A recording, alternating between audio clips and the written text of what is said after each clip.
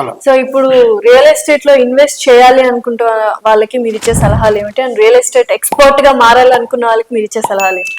అంటే ప్రాపర్టీ ఎవరైతే ఇన్వెస్ట్ చేద్దాం అనుకుంటున్నారో వాళ్ళు కంపల్సరీ లీగాలిటీ చెక్ చేయాలండి. అప్రూవల్స్ ఉన్నాయా లేవా అనేది మెయిన్. ఆ కంపెనీ ఎవరి దగ్గర నుంచి, ఏ అథారిటీ నుంచి అప్రూవ్స్ వచ్చాయి, హెచ్ఎండి నుంచి వచ్చాయా లేదా డిటిసి నుంచి వచ్చాయా, వీళ్ళకి రేరా అప్రూవల్ ఉందా లేదా, లేదు రేరా అప్రూవల్స్ లేకపోయినా వీళ్ళు ఎటువంటి డెవలప్మెంట్స్ ఇస్తున్నారు. సో ఎల్పి నెంబర్ కూడా ఎల్పి నెంబర్ వెరీ ఇంపార్టెంట్. ఎందుకంటే ఇప్పుడు రేరా అనేది concern for security for the development. నువ్వు డెవలప్మెంట్ అంతా చేసిన తర్వాత అమ్మేస్తానంటే రేరాకి ఏం అభ్యంతరం లేదు. ఎందుకంటే కస్టమర్ సెక్యూరిటీ ప్రొవైడ్ చేసేది రేరా. రేరాలో కొన్ని కండిషన్స్ ఉంటాయి, 14 కండిషన్స్. ఆ 14 కండిషన్ సాటిస్ఫై చేసినప్పుడు కస్టమర్ ఫీల్ అవ్వచ్చు అవసరం లేదు.